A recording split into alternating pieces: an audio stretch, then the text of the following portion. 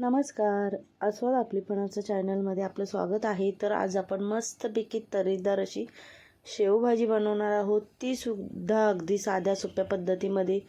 शेवसुद्धा आपण घरीच बनवणार आहोत. छान लागते ही खूप भाजी आपली शेवभाजी आणि जास्त वेळसुद्धा लागत नाही. जेव्हा भाजीला काय बनवू आपल्याला सुचत नसेल त्यावेळी आपण अशा पद्धतीने ही शेवभाजी घरच्या घरी अगदी झटपट बनवू शकतो.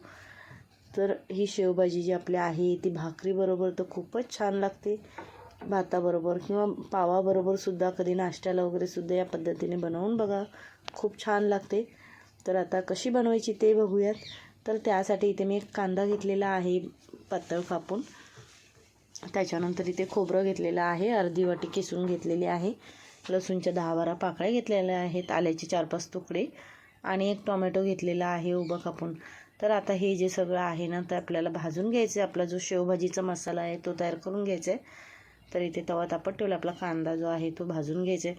म्हणजे आपण जसं वाटप काढतो ना त्या पद्धतीमध्येच आपल्याला हे भाजून घ्यायचं आहे. म्हणजे आपल्याला जेव्हा ही शेवभाजी बनवायची असेल ना तेव्हा अशा पद्धतीचं वाटप काढून घ्यायचं. खूप छान अशी आपली मस्त शेवभाजी होते. किंवा कधी काय भाजी नसेल वगैरे अशा वेळी झटपट आपण ही बनवू शकतो. किंवा कधी पाहुणे वगैरे येणार असतील तर या पद्धतीने तुम्ही झटपट शेवभाजी करून बघा, खूप टेस्टी लागते, एकदम अप्रतिम. तर आता आपलं जे कांदा वगैरे आहे ते आपण भाजून घेतलं आहे. त्यानंतर आपलं जे खोबरं आहे ते सुद्धा घालायचं आहे. एकदम असं काळपट नाही करायचं आहे आपल्याला, मीडियम असं भाजून घ्यायचं आहे हे सगळं. तर आता टोमॅटोसुद्धा घालून घेऊयात, तोसुद्धा थोडा वेळ आपल्याला परतून घ्यायचा आहे मऊ होईपर्यंत. तर आपलं हे जे कांदा खोबरं टोमॅटो वगैरे आहे ते भाजून झालं आहे.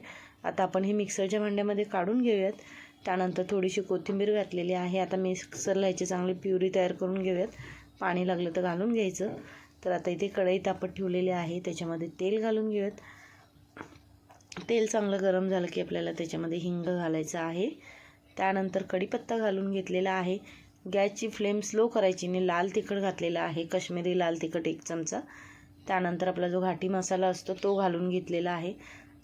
तर तो आपल्याला 2 चमचे घालायचा, म्हणजे आपल्या जसं तिखट आवडतं ना त्याप्रमाणे घालायचं आहे. त्यानंतर आपल्याला हळद घालायची आहे.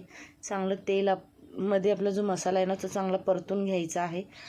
त्याच्यानंतर आपली जी वाटप काढलेलं आहे ना, जी आपण प्युरी तयार करून गेले वाटपाची, ती घालून घ्यायची आहे आणि चांगली परतायची आहे.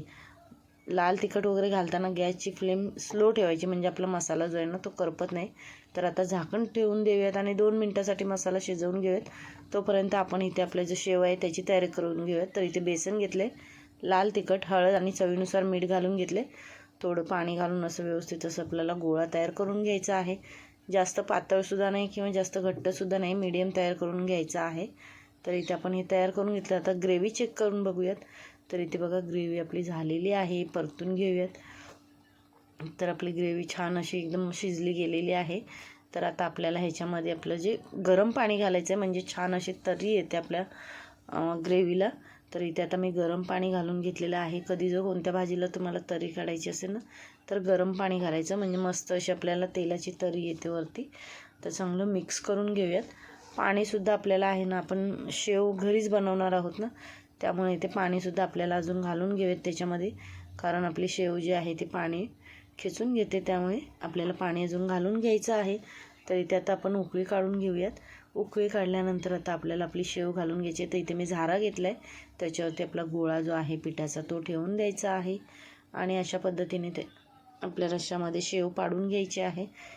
मस्त अशी शेव पडते आणि खरंच खूप छान लागते अशा पद्धतीने आपली शेवभाजी घरी बनवलेल्या शेवमध्ये. तर तुम्हाला जर पाहिजे असेल पिठामध्ये तुम्ही थोडासा ओवा वगैरे घातला तरीसुद्धा चालेल. तर आता आपली भाजी जी आहे ती आपल्याला 7-8 मिनटं शिजवून घ्यायची आहे, कारण आपली शेव चांगली शिजली गेली पाहिजे. अगदी झटपट अशी आपली भाजी छान लागते. पावासोबत वगैरेसुद्धा अप्रतिम लागते, भाकरीसोबतसुद्धा आपली ही भाजी खूपच छान लागते. आपण याच्यामध्ये घाटी मसालासुद्धा घातला आहे, त्याच्यामध्ये मीठ आहे, त्यामुळे मीठ घालताना तर आपल्याला मीठ जे आहे ते भाजीमध्ये अंदाजानेच घालायचं आहे. तर इथे मी एक शेव आपली तोडून बघितली, अजिबात चमच्याला वगैरे चिकटली नाही, याचा अर्थ आपली भाजी चांगली तयार झालेली आहे. आपण तिला 7-8 मिनटं चांगलं शिजवून घेतलं आहे. तर इथे मी प्लेटमध्ये भाजी काढून घेतलेली आहे. बघा मस्त अशी शेवभाजी आपली तयार झालेली आहे. खूप छान लागते या पद्धतीने खायला. तुम्ही नुसतं पावासोबतसुद्धा खाऊन बघा, कांदा लिंबू वगैरे पिळून खूपच छान लागते. तर तुम्ही अशा पद्धतीने ही आपली शेवभाजी करून बघा, तुम्हाला नक्की आवडेल. तर तुम्हाला आपल्या आजचा शेवभाजीचा व्हिडिओ कसा वाटला हे कमेंट करून नक्की सांगा. आणि आपल्या चॅनलवरती नवीन असाल तर चॅनलला सबस्क्राईब करा, बेल आयकॉनचं बटन प्रेस करा, म्हणजे आपल्या व्हिडिओचे येणारे नोटिफिकेशन तुम्हाला सर्वात आधी मिळतील. धन्यवाद.